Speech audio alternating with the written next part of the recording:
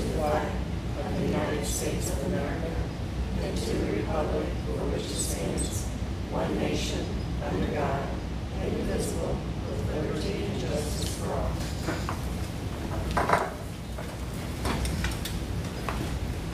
Roll call, please. Sri Archdale. Absent. Linda Bailey. Here. Michelle Franklin. Here. Rebecca Kern. Here. Julie True. Here. Judy Strong. Present. Charles Thomas. Any audience comments on action items? Hearing none. I need a motion for E1. Mr. President, I make a motion to employ Linda Timberlake as a special education third professional. Is there a second? I second it. Discussion, please. This is the all that, right?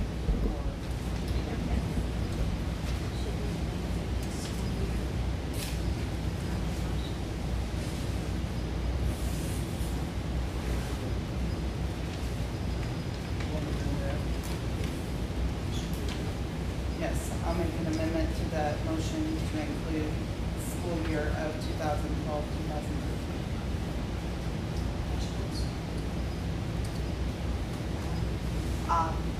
On our this detailed budget worksheet, where is she being paid from? Special ed? If you want budget questions, Linda, as I suggested to you, please email them to me and we'll discuss all budget questions on the 24th. I did, but you're hiring a person here and it wasn't in the original, so I'm just asking, where's the money coming from? We'll put it in the discretionary file or something. We have no choice. It's a law. You need a special ed person, we'll have to figure it out. Okay, so the answer is coming out of special ed. I'll give you that answer on the 24th. Okay. Any more? Roll call. Linda Bailey. No. Michelle Franklin. Rebecca Kern. Yes. Julie True. Yes. Judy Strong. Yes. Charles Thomas. Motion carried. Need a motion for E2, please. Mr. President, I make a motion to approve adding applicants to the substitute school list, or substitute teacher list. Sorry.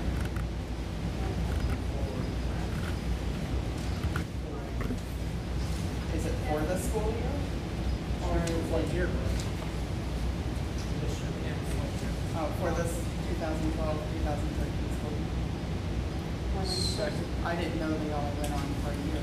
Well, I think that we had in the past approved the whole sub-list. We generally, I don't think it's been approved in the motion generally. There's no reason. I think we just add them to the sub-list. Is there a second? I second it. Discussion? Who are we hiring? It says applicants, and I've only got one. One.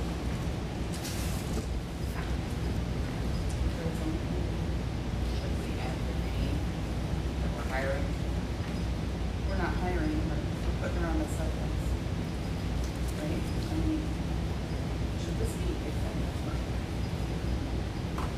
No.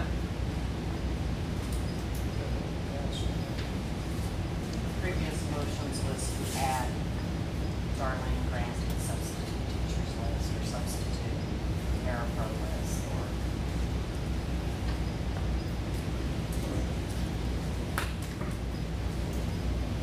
I'm sorry, I didn't hear you. in the past, your motions have been to add, for example, Darlene Grant to the substitute teachers list. Okay, so we can amend that. To add her name, Darlene Grant. And we're not having a school year. Is that correct on this one? You want the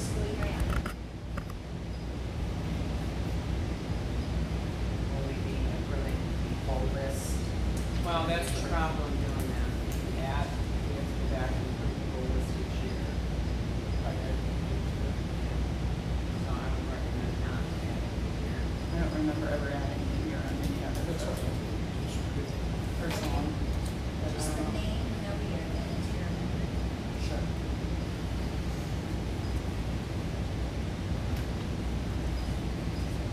And I would agree with the conversation on something like this. Say, we wanted to discuss it, right? I think lawyers will comment, a number of ways on that. There's no reason for privilege here. A person hired is public information. You're gonna tell the public anyway that you hired her. Just because you mention an employee's name doesn't mean it's an executive session. Yeah, but if we want to discuss the application, Right. that's a little more private. You have to get us to comment.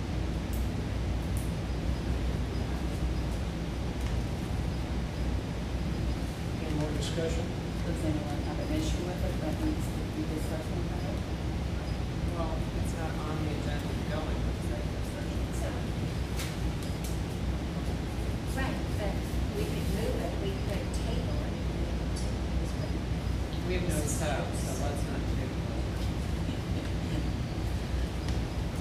Well, subs are important. Roll call. Linda Bailey. Aye. Michelle Franklin. Aye. Rebecca Kern. No. Julie True.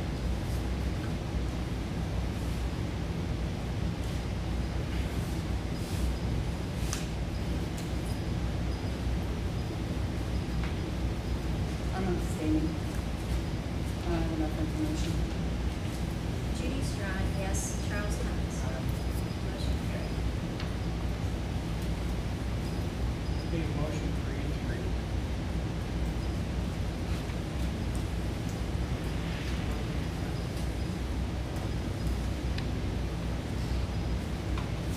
Mr. President, I make a motion to approve special education bus monitors. One special education bus monitor for the 2012-2013 school year. Well, right now, we're just doing one. Is there a second? I second. Discussion? Would it be the same paraprofessional that's with that child? Through the day?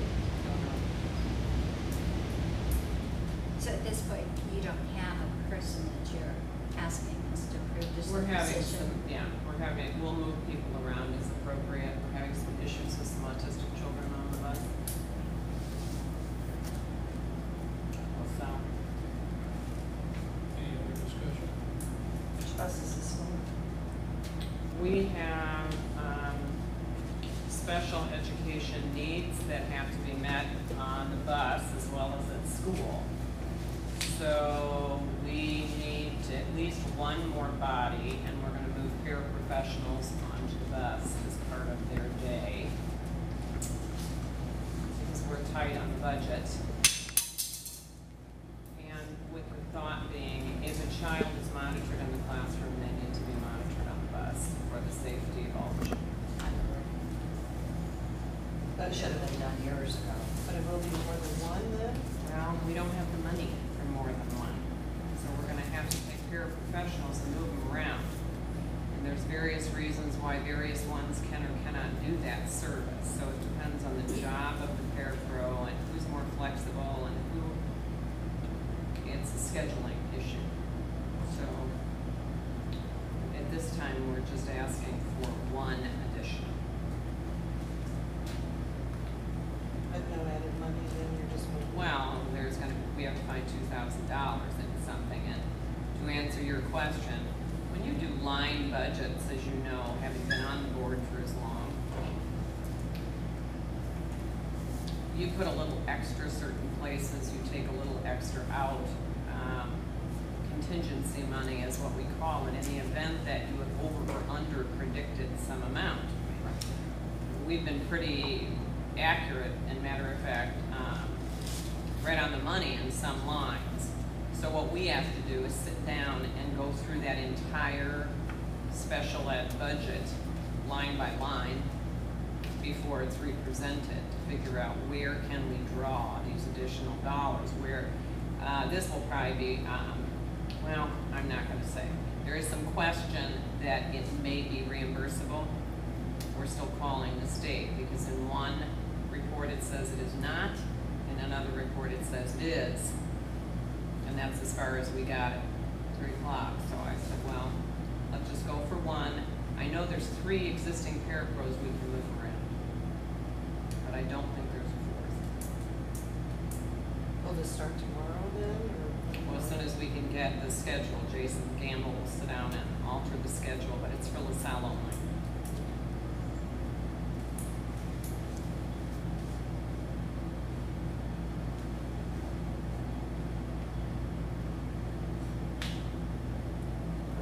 Why wouldn't we do it for 4th grade then? Just a thought.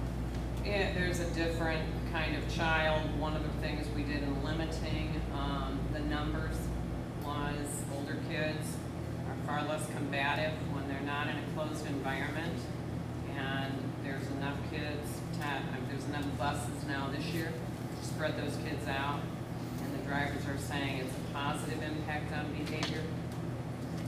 With older kids, they're hot, they're tired, they get too close in a space, somebody bumps into somebody, and then you have a problem.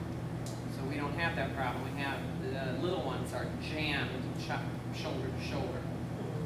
And that becomes a problem, and then you add the disabilities to it, and you got behaviors that are unsafe. And I addressed one of those personally last week, and we determined we needed to call a special meeting and do something about it. Your part group students, I would imagine aren't one-on-one this late. We don't have a one-on-one at Parkview this year. That's what she's talking about, the one-on-ones down in LaSalle.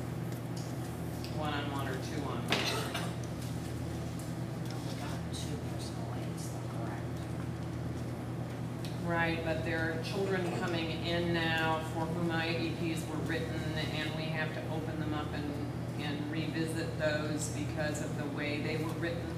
And when you get these move-ins, you have no choice but to honor the way they're written. We should not write only except for extreme exceptions, individual aids for children. It's not really in the best interest for most children. They have an adult right with them. They have to learn how to adjust.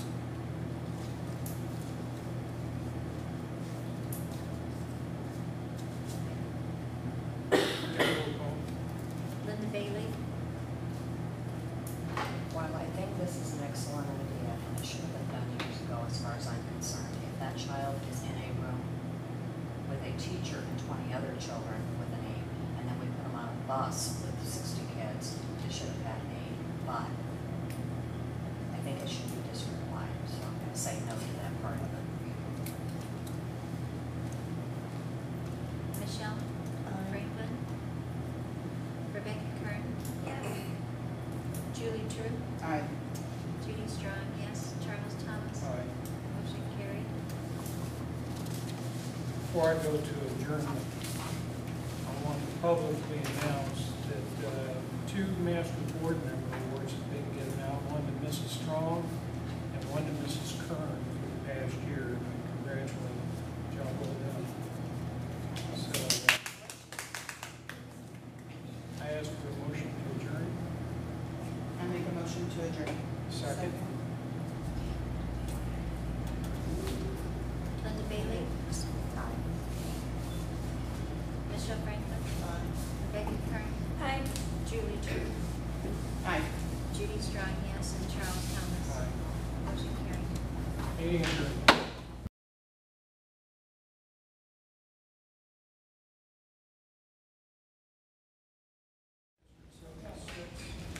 Roll call, please.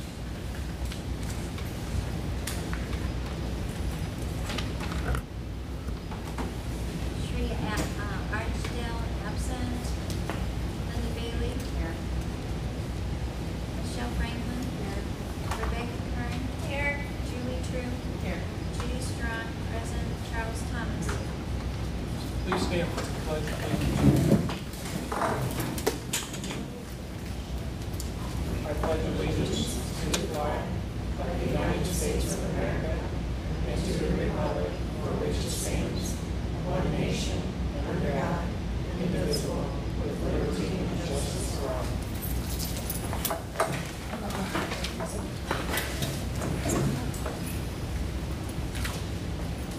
Comments from the audience on action items, please?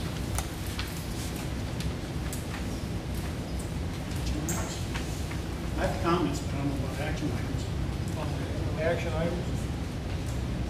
It's just, there are no action items. Well, policies, finance. Go ahead. Randy Giddens, 821 South Creve Coeur Avenue. I've noticed how some parents have been stressed out about the board pretending to have the authority to control the money raised by the 5 to 10-year-old children at LaSalle School. All the funds belong to last year's Parents Club. What does this administration intend to do with the funds that belong to the LaSalle Parents Club? Parents have been trying to get answers from this board all summer. Unfortunately, this board has only been stalling. The Regional Office of Education informed one parent this board doesn't have the authority to interfere with the parent club's funds. It appears that that parent may be a victim of retaliation because she has tried to speak up for the parents club. You know, these awful memories will stay with families the rest of their lives. By requesting copies of documents from Ms. Davis covered by the Freedom of Information Act, I received a letter dated July 23. I quote, "As I've responded several times to the public and at open board meetings, there is no audit yet available from the Burdett firm." And a letter from Ms. Davis dated 1 week later, July 30th. And I quote again, "As I've indicated in writing and on more than one occasion at public board meetings, there is no written communications or documents between the superintendent of District 76 and the firm of Burdett and Sturgill. Then why has the administration repeatedly told the community that an audit was being done by Burdett?" Ms. Davis included 14 pages of documents in my last FOIA request. None of these 14 pages support what you've been telling the public. I believe these documents tell a different story. There's nothing from any auditor suggesting transfer of parent funds to the district in these 14 pages. An email from Ms. Davis to Mr. Bennett and Chuck Thomas dated April 13th. As the board, and I quote this, as the board, with one exception, I left out the parent's name. As the board requested, I met with a parent of the South Parent Club explaining the transition of the district parent-teacher organization. Legally, all funds raised in the name of Creve Coeur belongs to the District of Creve Coeur, not a sole group or individual. I received several calls concerned that a small group of parents are spending the funds on non-essentials in order to prevent the transfer of any money. An email from Ms. Davis to Mr. Bennett dated Thursday, April 19th. I received another call from another board member regarding the Parents Club. 3 board members have asked me to immediately transfer the LaSalle Parent Club funds to the district account. This transfer needs to take place before the weekend. I told the board that I would inform them when the transfer occurs. Will the 3 board members raise their hands so the public knows who they are, or do they wish to remain anonymous? A letter from the school district attorney dated May 16th clearly states,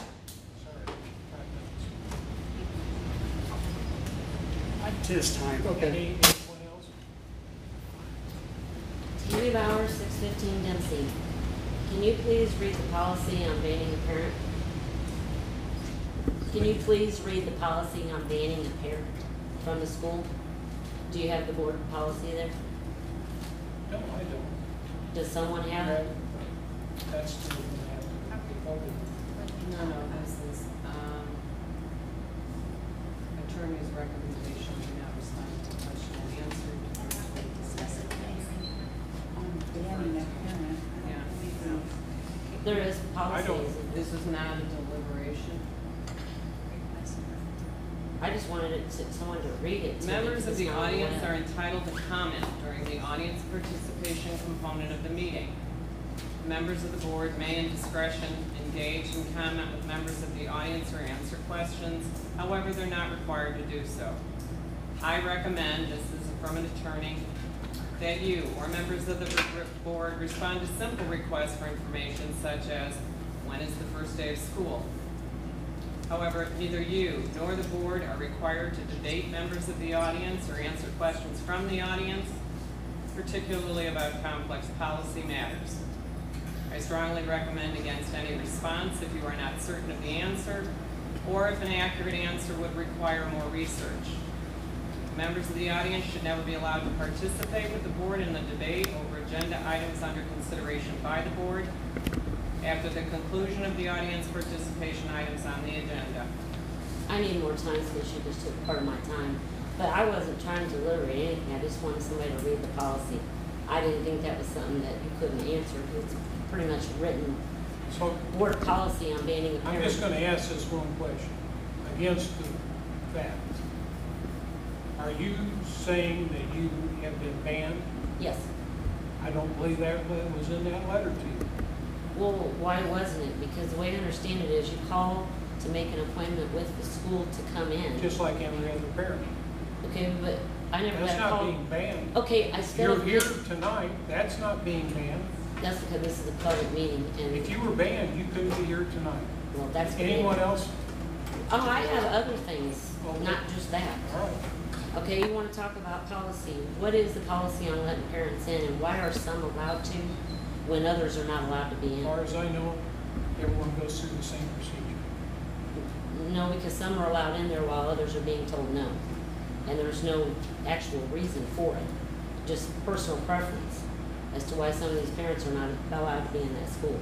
Okay, going on to your next. Another policy, why are the teachers at LaSalle School having to write a narrative and turn in receipts to receive their startup money when Parkview teachers were just handed $100 clear money?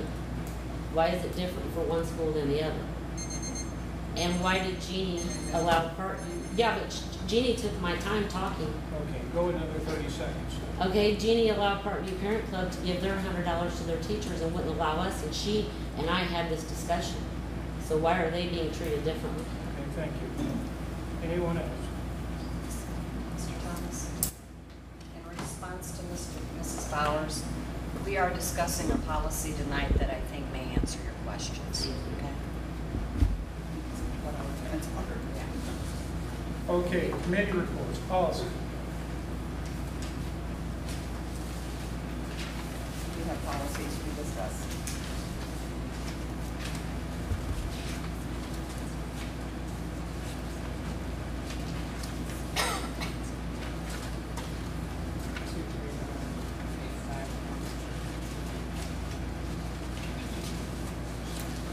We've discussed a number of times updating policies as they occur, and it's been recommended to us by the attorney, particularly with all this hypervigilance, that we honor press policy.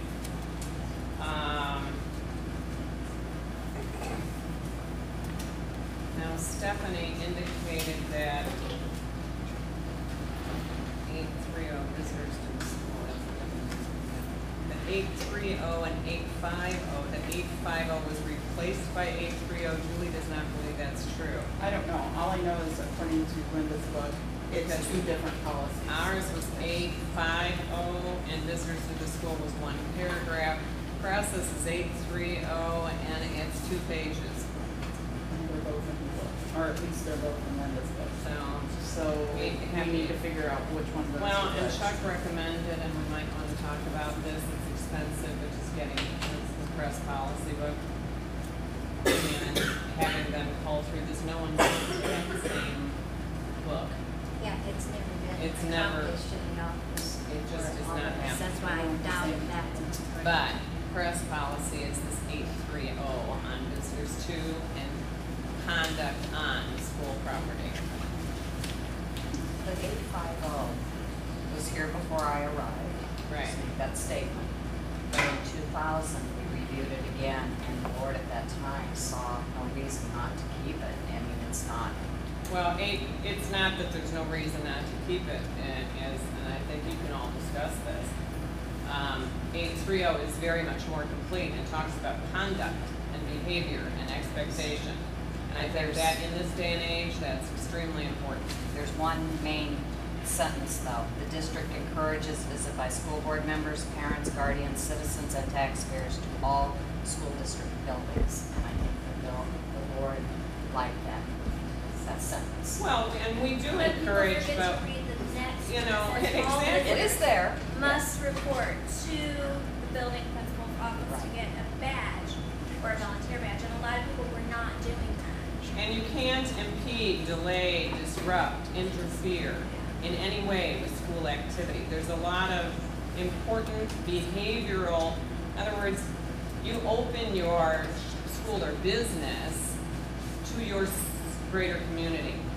But everyone, whether you're a hospital, a church, a school, a place of business, has policy and procedure for practice of expected behavior. And that is in the best interest of children. We are attempting to operate in the best interest of children and keep an environment that is conducive to learning. And this policy says that, report to the office, period. So I just don't think, Well, so does the other. So does the other. They won't So say it's the that, other yeah. So it's We report. have locked buildings, and the reason for that is for the safety of the children. So of course you got to check in to, and all school buildings are like that. Children are Yeah, children and staff both. so how did this 8.30 change from the old one? Do you have the changes? Well, now Stephanie, and we'll go back and revisit this, because she said that 830 is Replaced replaces 850, that there's no 850 in press. This 830 and my book are not the same. I'm So just why doing don't policy to you policy, give I us don't- and that's part of the problem, so I'll have to call down to the press. Why don't you give us what you have for 830, or I'll just call down to the press and say, do you have an 850? We have things in our policy book that press does not have. Right. So does everybody else, I think. The lawyers don't agree with that. They say most districts accept whatever press gives because lawyers and policymakers design it and keep it in accordance with law and code. So it needs to be looked at before We we have do to a first look, reading.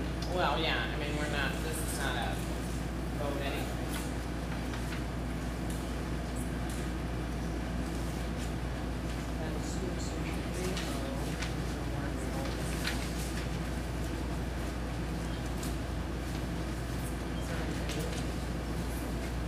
Yes. Our 2230 is the top part. And what we did was include the addressing the Board of Education that we've been handing out at the bottom, so that it gives clear definition to expectation for behavior at a board meeting as well. And I think a modicum of decorum and an expectation of agreeing to disagree in a respectful, polite, responsible manner is what is good modeling for our children and the way that a board meeting should be conducted. So the only difference in this policy is that we would add addressing the board to it for clarification. So is addressing the board press policy too? Addressing the board is probably, there is a policy, but I don't know if this is a number in itself. This is probably from the legal department. You're getting away from press. Well, the content of the top of the policy speaks specifically to the code of law. There was a request, there continues to be repeated conversation about how should we address the board and when can we articulate what, and this clearly defines that. And I'm trying to think which which superintendent senate. We did some research and looked at other groups and how do they communicate to their public on expectation. And so this is the one we've been sending out and is right now in the front. So it makes sense if we're handing it out to our public, just make it a part of the policy. So I'll look up, But there's, because I think there might be a separate one. yeah, but I'm not so sure about that. But we will look close up. Have you checked with the attorney on this? Yes. And matter of fact, it was his recommendation that we start passing this stuff out, have it available. There was some concern about not having people identified, so we have sign-in, sign-out sheets on comportment and expectations, so this is very clear. I mean, it's not necessary that you put it in there, you can just keep passing it out, but it's a clear matter if it's an expectation in the policy. The problem I see is the words action items. Well, action items on the agenda is specific. In other words, if you have a particular concern, your own policies state board members' questions, communications to staff, or programs should all be channeled through the superintendent's office. There's more than one policy that says that. That allows us to give a clear, definitive, appropriate answer. It gets away from that, I gotcha, let's see if we can catch you being wrong. That's not the point of this. The point of this is to give clear, professional, accurate information, which can't be given when you come and just blurt out a question. So more than once in your policies that date back 10 years is the imperative to put your concerns in writing to the superintendent. So when the imperative to the public is that you as a body, as I understand it, and I'm not a lawyer, make sure that you get public input before your vote. Not that people have the opportunity to get angry with you about whatever. So I think it's important to stay with action items on the agenda. And the press part of that, if you read the very last sentence, it says summary of petitions or written correspondence to the board shall be presented in the regular board packet. So if people have written correspondence to us, That would come to the board as a packet. right now, but it comes first to the district. Superintendent, I understand that. And so if people have an issue with an action item, they need to write it down. And then that gives us And that time gives us to time to answer look at it. that. They want to speak About, something that's not on our agenda. When are you giving them the opportunity? You go through the superintendent's office and then you get that item on the agenda after everyone has had time to research, read, respond. Okay, does the rest of the board agree with that? Number 5, for instance, tonight's conversations are exactly what they're not supposed to be. We have no previous record of what they're talking to us about, and how can we address any such issues unless they're presented to us and we get the full story? I get a little bit disturbed that we're on others' agenda. This is our board meeting, number 1. Number 2, I find it very interesting that through Parkview, he had a letter talking about cyberbullying that occurred on Facebook, emails, text messages. It was mention of some information that I don't even have tonight, that I've never even heard of tonight. So I find great stressing problems with people that are addressing us and they've got their own agenda, why they're presenting it, number 1. Number 2, they haven't followed the steps necessary so that we can answer. They don't even give us a chance to bring up really what's supposed to be happening. So, number 5 has to be in line so that they can understand what the board is doing. No person addressing the board shall make charges or level complaints. That's all we hear when they come in. Level complaints will only be accepted in writing and will not be considered unless signed by the person making the charges. And, well, the board will refer such charges or complaints to the superintendent for investigation. Like I said, I don't know about you guys, but I didn't even know they weren't questions. They were accusations, which this says there shouldn't be. We shouldn't be getting Well, charges. A prime example is a question tonight about a policy about banning parents. We're getting ready to discuss that policy, which we are. Well, From the agenda, you wouldn't know that. Right, but if it came as a written correspondence, that policy could have been provided to the parent, and then there wouldn't be a need to interrupt our meeting. But what I have a problem with is, if I do recall correctly, Mrs. Strong and Ms. True both sat in meetings of our board meetings and asked questions and made accusations. And we sat there and listened to you, and we allowed you to speak, and we answered your questions. We didn't blow you off. Absolutely not. That Oh, is I think not we The did. correct. only Number time one I is ever never addressed the smart. board was about virtual school, and every time that was on the policy, on the agenda. And there was no response from your board except thank you when I came that night with blizzard conditions. So no, that is incorrect. I don't And you think can go it is. back to the minutes and see it then. Okay, but your We're getting a little citizens, off topic. your citizens and the community own the schools. I don't own them, you don't own them. The citizens, community of Creve Coeur.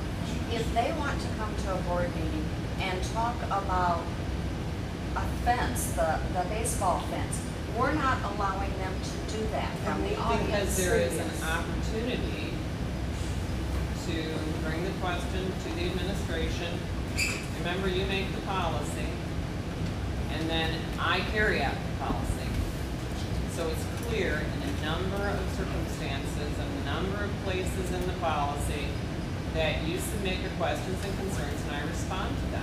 I get back with my board president and secretary frequently and talk to them about what do you want the agenda to look like. So if it's a matter that is board matter, we talk about it. A fence isn't board matter, that's administrative matter. And they need to communicate with my office. I think you're violating, Well, and we do, I mean, you're violating the Open Meeting Act by not letting them speak. The state We're looking to constitution code, you have to let the public speak, why wouldn't you? we let them speak on 2 separate places. I thought They only on speak at the actions. committee meetings, and if you'll remember, Mrs. Bailey, nobody ever spoke at your committee meetings because they were separate. You didn't have committee meetings for the public. We have committee meetings for the public. Our board meetings. Which is the decision of the board. Well, sure, but I'm saying, they're being open, we have our committee meetings in public. And, the action items on the agenda, as I understand it, and we could check with the lawyers, it is required that the public speak specifically to those items. I would like to see that in writing from Miller Holland Twins. And if he does say that this is a great idea, then I might suggest you look for another attorney. If you don't, you shut out your public. It's just not the way things are done.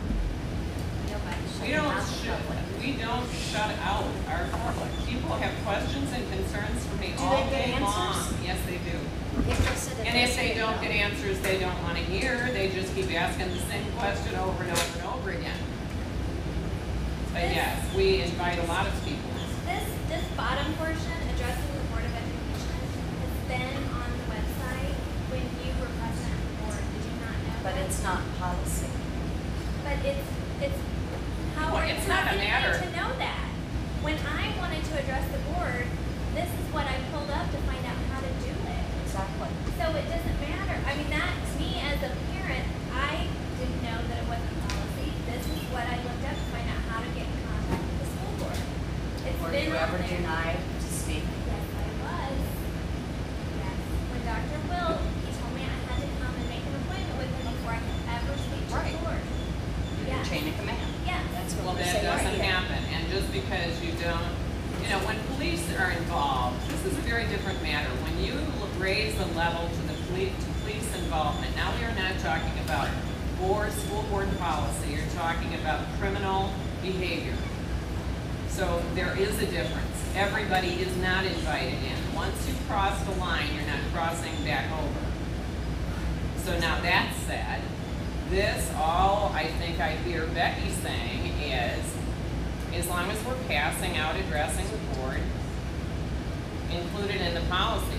If you have a problem with that, we can continue to hand it out as a matter of practice and not include it. It doesn't matter. I mean, this is just orderly ways to conduct behavior in a meeting so that we can actually have a meeting and get business done and not spend every meeting fighting with the same conversations over and over again.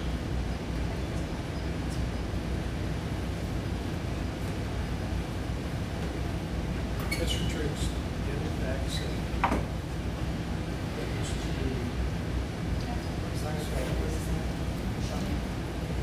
Couldn't hear what you said. I didn't know what you said. Well, we can get. What Mr. Triggs did in fact state is on the following. I've always been one to say, if you're gonna spend money for a lawyer or anyone else to do a job, you should listen to them. Fortunately, that hasn't always been done in this district. But I intend to. Now I'll go to the bank, Mr. Triggs. Well, I have plenty of evidence here that says don't do it. Well, and we'll check on that. I mean, and Linda's point well taken. That's what a committee meeting's for, is to have open conversation about policy. And I've made notes to check on that. Whether you keep it together or separate. But be very careful about what you find on the internet also. Well, this is footnotes. It goes with this policy. The Open Meetings Act and School Code grant any person the right to address a school board during any open meeting. Restrictions on public comment during board meetings must respect the free speech rights guaranteed by the First Amendment. That was footnotes. That's not pulling anything Well, people off have the free end. speech, but, you know, we will go get, you know, free speech, not to defame. I mean, there are words that I think we need to give definition to, like defamation of character, slander, libel. You know, that's not covered in freedom of speech. Do you have a copy of the Open Meetings Act? Yes, but, Because there is some specific information that you're leaving out there. But Linda will check with that. I mean, there's no need to have it in the policy. It can be passed out at the meeting as we have been doing each meeting to try to guide the practice of folks coming. Say, yeah, be respectful. You know, this is about issues and children, not about personal agendas and name calling and vendettas. And this is about kids and the work of improving life for kids. I'm just trying to guarantee that the public has a right to speak. That's Well, all the I'm public doing. has been speaking and speaking and speaking, and we're gonna talk about that. This is and I think we'll address this is 4 months. This is just 4 months of basically 2 people, Open Meetings Act and the Freedom of Information Act. Now, we've got an Excel spreadsheet. We're going to start attaching hours and money to, I have a suggestion for that. there is a suggestion. Okay. It's a small group of folks who would better spend their efforts on working together to improve the life of children.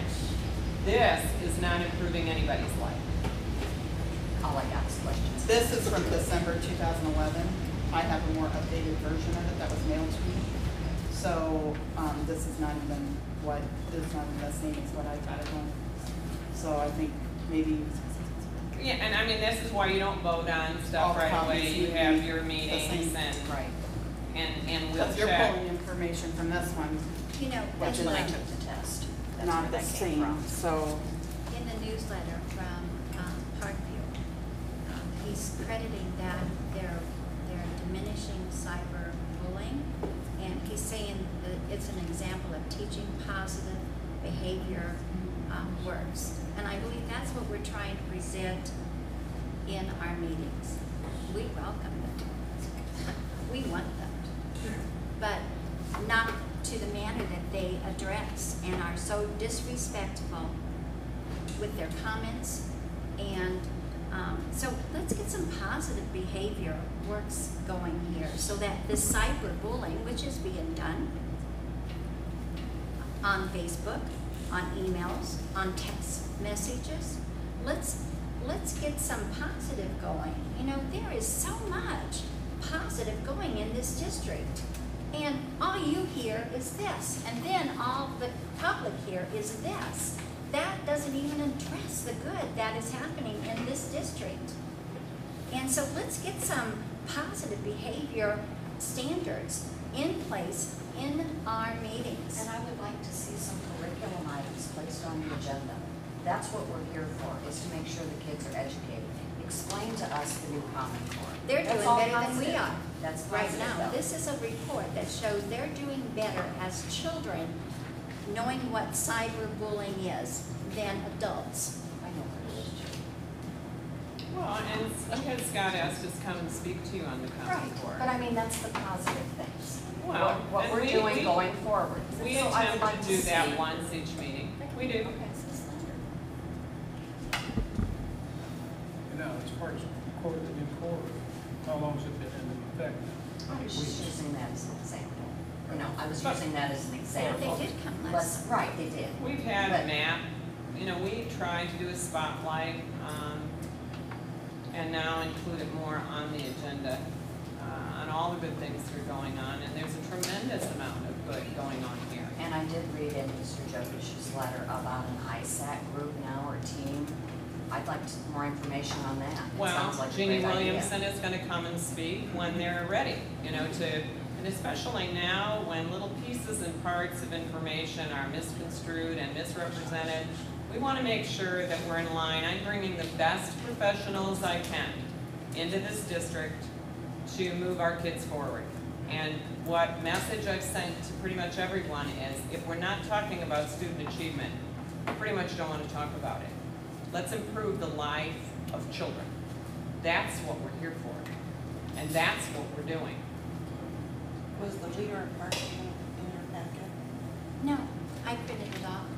Because I You got didn't- it on email if you I had an don't- email. Yes, I don't have it. No, it Well, wasn't I've in asked the Mrs. Davis numerous times to I print did. off if there's any emails to the board that addresses everybody to the board, and to text me or call, and I would come to the district office and pick them up. Well, At the end of And the my week. recommendation is that you go to the library, unless you follow me around and, well, and that's in terms of trying to find Yes. all the information available to the rest of the board is a little difficult for a superintendent.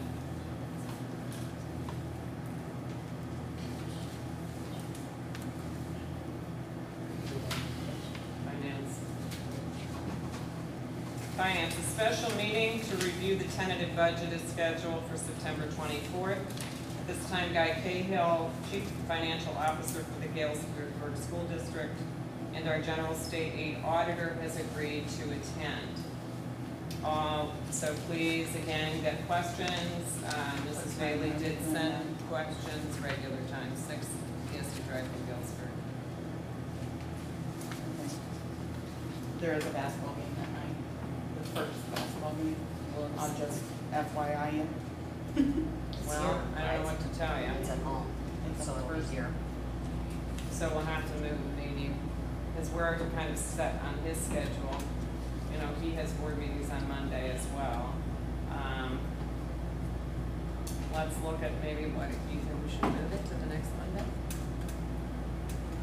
I can look and see what our options The are. 30-day thing. Right, well, it has to at least be the 24th. that'd be October 1.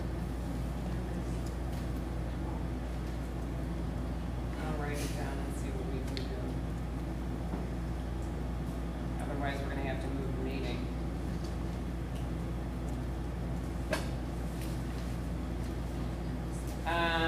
We need, in light of the earlier conversation, to have a talk about the cost to the district in time and attorney fees as a result of the constant Freedom of Information Act. While I agree absolutely in ability to speak and gain information, it may be necessary to revise the budget to deficit spend, to request that an attorney attend every meeting and executive session, and a transcriptionist and professional secretary be hired to document the proceedings. We have had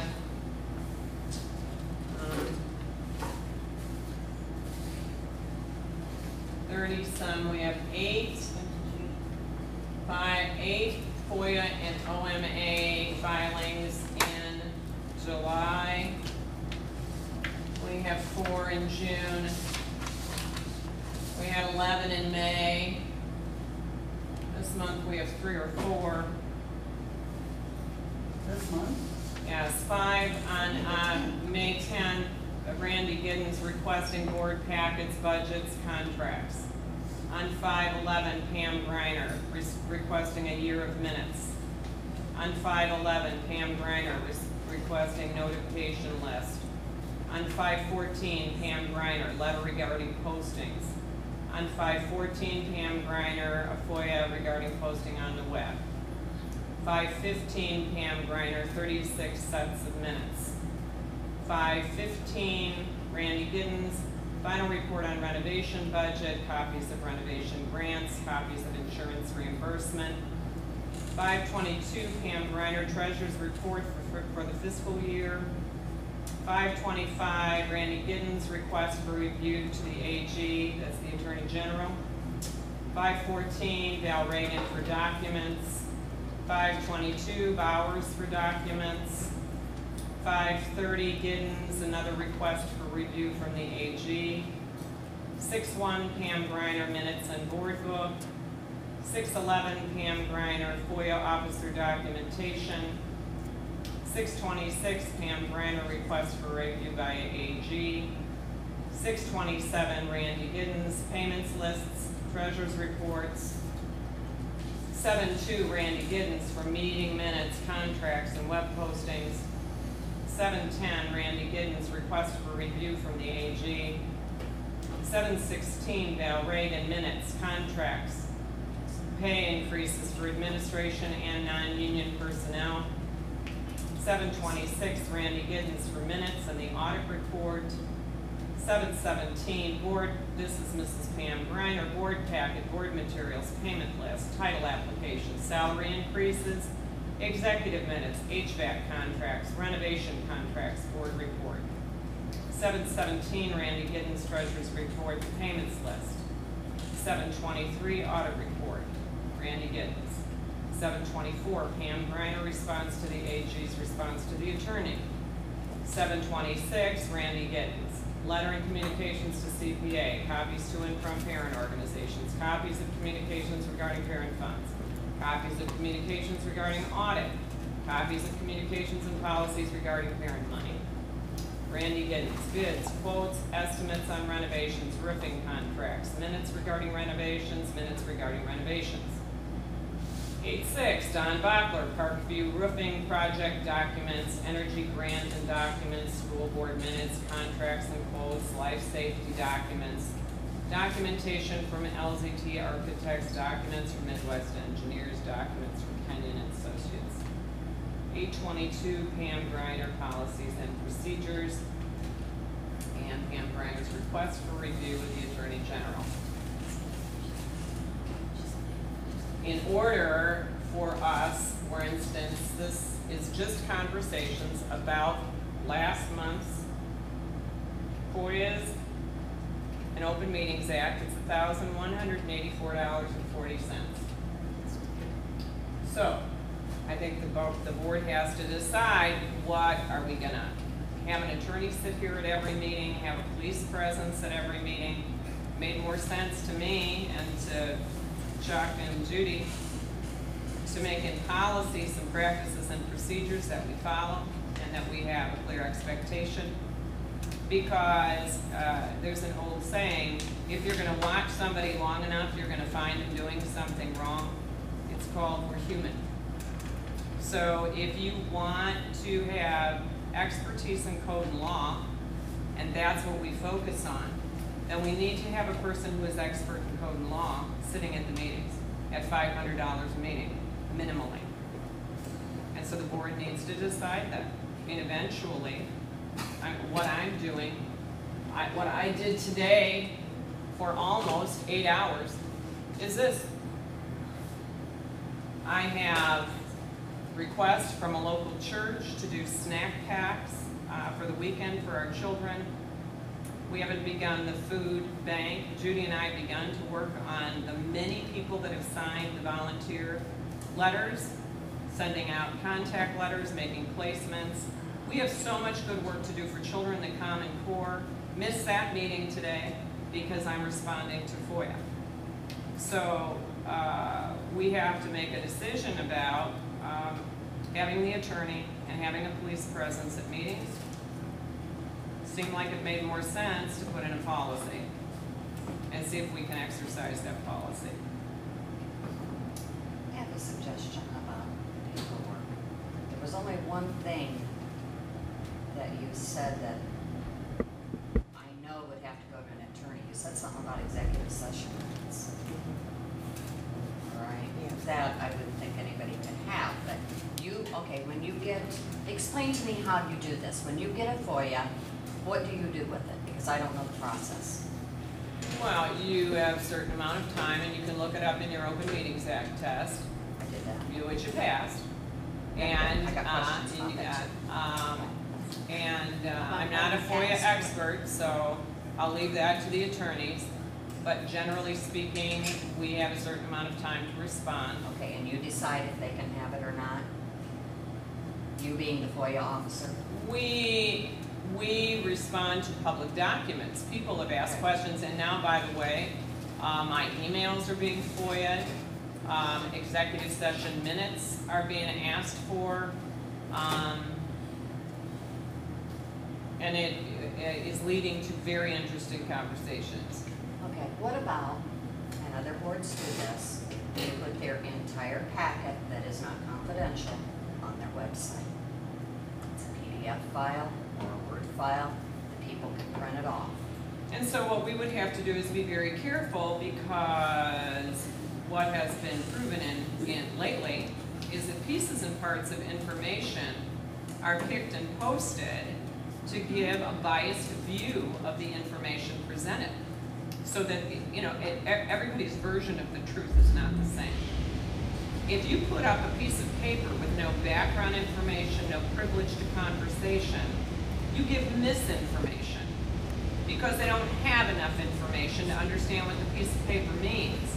Or for instance, the comment about, I was asked by board members to make a transfer of funds. I was. We were going to do that. Then I made some calls to bankers and the attorney, and we decided, nah, that's probably not a good idea. Let's just keep that in their account and have a cosigner on it. So something might be in a memo that doesn't in fact get executed. But if you put the misinformation on a website someplace, you have misinformed your public. So there's a pro and con to handing out information without enough. Now, the union would love it. The teachers have been asking for a complete board packet for 10 years. Well, and they get And it's almost something- everything. I was No, gonna they say, don't. prior to, the board packets were available to the community, was my understanding. I have They asked never for it. known anything to be available to the community. Not This is the most open. Not the whole thing, no. We get a bad rap, but this is about the most open this board's ever been. This is a transparent budget. People that have asked for things have gotten it. We've negotiated in under 2 hours for that reason. Maybe it was 3. We're an open book. What we're not is open to misinformation and abuse. Okay, but you can FOIA apparently a board packet. I heard you read that. Why not put the board packet minus confidential information on the Creve Yeah, Coeur and we District could do it website? We could do that. I But mean, they're forwarding minutes too, and the minutes are on the website. So, What minutes were for you, Doug? well, I mean, I'm not prepared to go, and we don't have the time and energy. I mean, you No, can come, exactly. go Was it through. old minutes Ones that that aren't there a whole year. But the whole Okay. point was this is just Up four, for all this is just anymore. 4 months worth. So obviously, But I mean, it's a suggestion, maybe it would cut down on the cost if everything was there. I mean, put the payments list out there.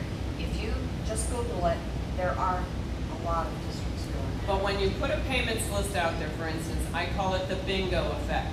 How long did you call extracurricular activities bingo? I never named it. Okay, it was called bingo. So somebody Okay. gets on there and they get in here and this is not articulated correctly or it's called something. And now we're paying for bingo, or you must be hiding money because we don't do bingo. No, that's just what we call extracurricular. Do you see my point? You give information to people who have the ability to read it and understand the truth from it. You don't give out information that misinforms your public. But there are districts now, and I would, by your suggestion, talk to Morton, who I believe just did that. I think you suggested it to the I previous board. am very, well, up until what I feel is purposeful misinformation, I absolutely have a leadership style that is transparent. And that's what I'm interested in for our public, is to know real information, to make good decisions for our kids. So, yeah, we can look into it, but I would go cautiously. For instance, we've taken my superintendent's comments and gone completely off the deep end with those. So now I am reticent to communicate to you as a board what I put down in my superintendent's comments, because if Judy, for instance, repeats something that I've said in her minutes, in casual comments to you, now all of a sudden I'm fighting over what I said in comment to my board. So if you come to that understanding and agree that that as a board is what you want to do, we need to be very careful about what's going in that packet. Probably friendly is a good term here, that's not done. You know, we don't have, we're open, but we aren't reciprocated with a friendly environment. So, Answer the questions, give the information, wouldn't that? it's already been done. Over the and answer, over. the answers have been given multiple times and all, Yeah. everything, so, can we just, like, move Okay, on? so we can move on. 60% of our natural gas prices are fixed at 3.9 and 40% are indexed. One of the things that I've done since I've come is indexed our electrical and gas, and we've saved probably $20,000 last year. At a past board meeting, in the effort of transparency, Mr. Giddens expressed concern over the accounts not being protected. The president of that bank addressed this issue over a year ago, but in deference to the immediate concern, I asked and received from the board treasurer 2 affidavits clearly stating that our funds are covered up to $8,666,000.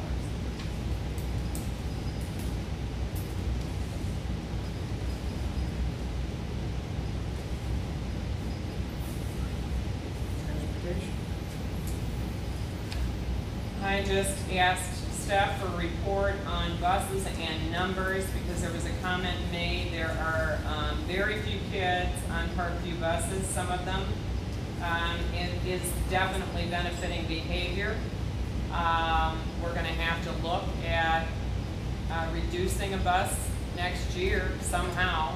You can see that it affects the Parkview kids, but not the LaSalle. The LaSalle buses are packed.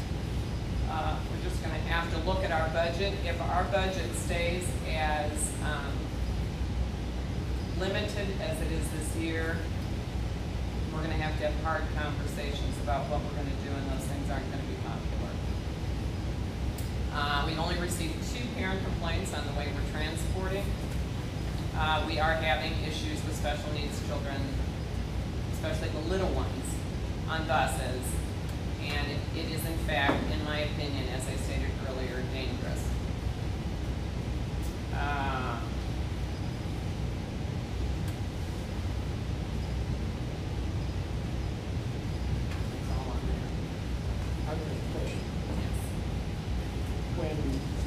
first statement came out about Stewart being non-hazardous.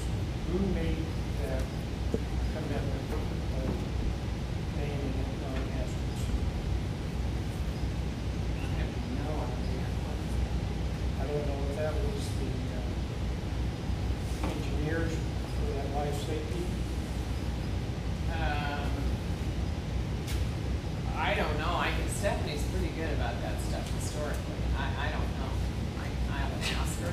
But I thought that you were present, weren't you, at that, the engineers were down for that life safety grant? Was there? I thought they commented that Stewart was hazardous. Remember? The state has to deem. It definitely is hazardous during the winter months. There's criteria you have to follow to get it deemed dangerous. I would like to find out, To look at Stewart. yeah, find out whether it is hazardous or non-hazardous, and if there is a definition of during what months. And I have found that, Stewart Street. All of Stewart? Or certain parts of well, Stewart? people started thinking that movie in terms of the school. You're talking about the winter.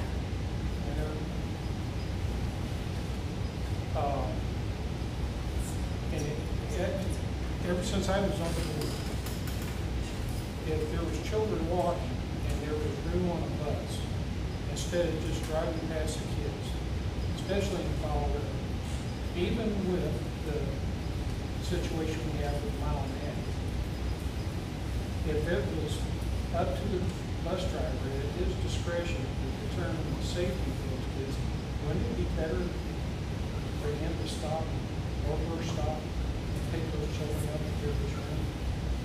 Well, you run into a problem with whose responsibility is the child? Where does the child belong? You don't know where the child lives, where they're supposed to get off. I mean, we can look into it, but especially now, there's so many rules and regulations. We have orders of protection. We have restraining orders. It is just where your heart wants to be open and friendly. The law doesn't allow sometimes, but We're very concerned about lawsuits, so I think that would be one of the. What if Johnny gets to ride and Susie doesn't? right. I know you just If opened they're a can of worms. walking already. I would have put them all on the bus. If we had room, I would have put them all on. It's a fact, those children have no place to go if there's two cars coming on. And if it's icy, snowing, where are those kids supposed to go? No, I don't agree with that. Either ban Stewart, progress. Well, we will. walk down We'll look for that. Is the crosswalk out here gonna get painted? I asked the city, and I haven't been able to get hold of Frank yet. So where is that grant? We still Not have until parents, 2014 now, I think. we still have parents that will not stop their kids in that crosswalk. It's getting really bad. They I know people supposedly, park over it too. I've seen that. Yeah. But they when you have a supposedly kid ordered the standing- paint last fall. That's the last thing I. I know it was repainted a couple of years ago by the village. About 4 years ago. It's right when I first moved here, it was 4 years ago. Well, speaking of transportation and crosswalks, a neighbor of mine who does not have children in the district, but drives through here frequently, is bringing up an issue with, parent drop-off. It's dangerous. She's sending a letter to the superintendent. That's what I told her to do. Okay, just asking. Well, and it's I'm just bringing it up, just FYI. But that's a perfect example. Right. Now, how am I gonna off the cuff tell you how to, in 30 seconds or less, or 5 hours or more, control and regulate traffic in parking lots? That's certainly something that has to be looked into. Board has to decide about how much what willingness on your part to pay for it. I have rerouted traffic in several parking lots where I was the administrator. It comes with bad review. It's not easy to do. and it costs money. But it's not something that all of a sudden should pop up at a board meeting. It's not helpful, because you can't give an intelligent response to it. And this would be a letter will be attending, I'm sure. We won't go ahead anymore, this, about moving children from bus rental building and grounds. The Safe and Alternative School are in. They have expressed their great satisfaction and appreciation with the Homewood Heights facility and commented on the positive relationship they particularly enjoy with the Creve Coeur Police Department. So that's good news. And the Head Start Children's Center is almost complete. It's a wonderful building. Change orders delayed the opening. Head Start wanted to move the tech closet out of the back because it was in a classroom. Didn't want little children to have access to it, so just moved it up front. It was no additional cost, but any change slows down your project. They told me another week, we'll see. You know, Judy and I went over there, they were just, yeah, walls are in, linoleum was down, tile. So we're good to go.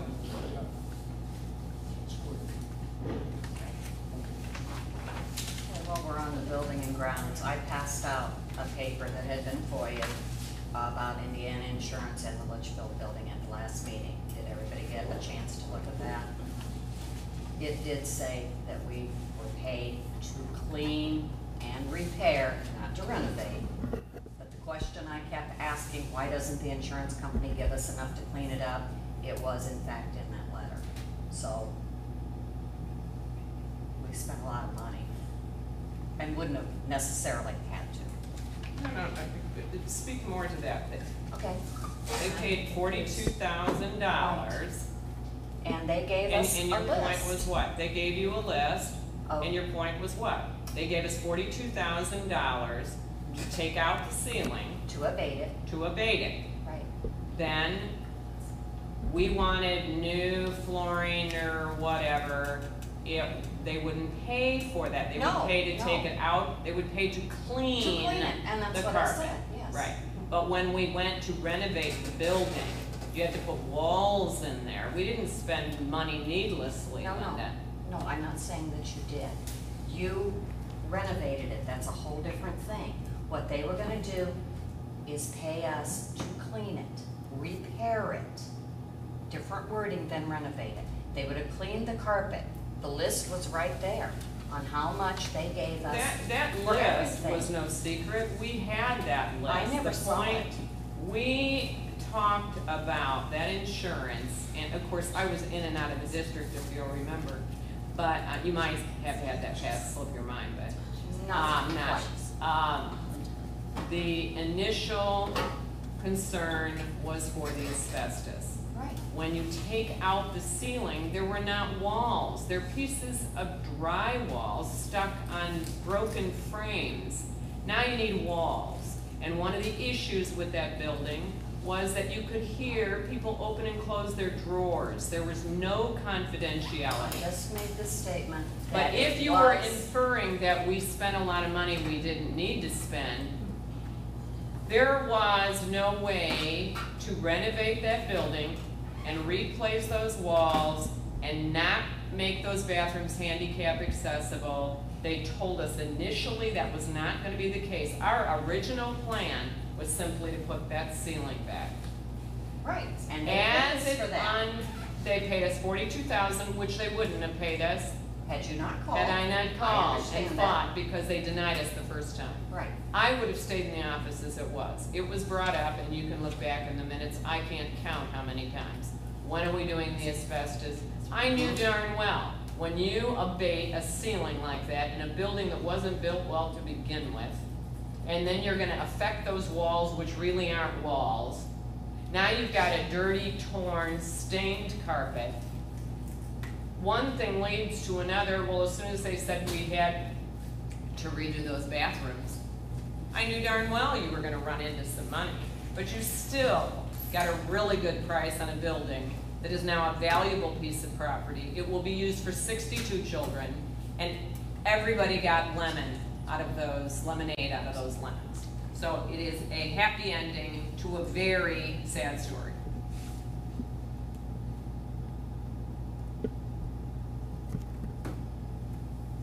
I'm done. Any further questions? Need a motion to adjourn. I make a motion to adjourn. Second. Thank you. Roll call. Linda Bailey. Aye. Michelle Franklin. Rebecca Turner. Julie True. Aye. Judy Strong, yes. Charles Thomas. Meeting adjourned.